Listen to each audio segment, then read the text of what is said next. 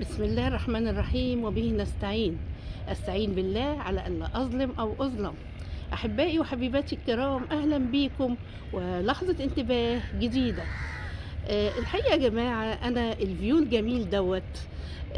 أنا برتاح نفسيا جدا لما باجي زيارات كده متقطعة وأرجع لبيتي القديم في بورتوفيق هنا بالسويس وأبص على المنظر الجميل ده.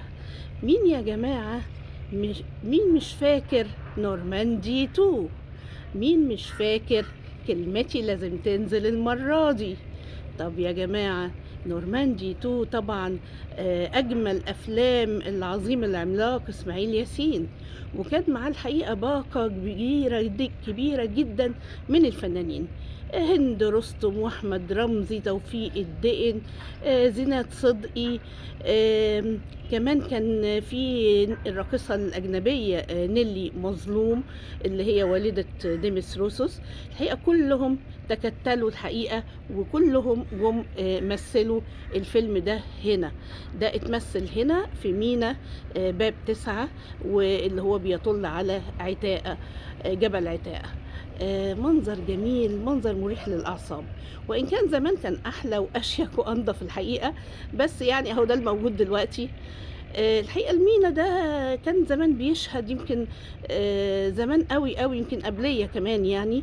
كان الحجاج بيسافروا من هنا، وكان بيتعمل للحجاج وهم طالعين باللبس الأبيض أحلى الأغاني والمهرجانات، وكانت حاجة مميزة جدا.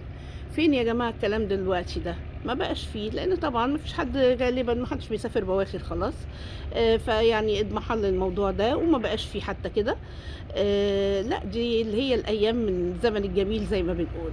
فيا جماعة عايزين نقول إن نورماندي 2 الحقيقة أنا لسه، ده اللي فكرني إن أنا كنت لسه بشوفه من أيام، فأصريت إن أنا أجي أعمل الزيارة دي تاني، أقعد في البلكونة تاني وأصور لكم المنظر الحلو ده.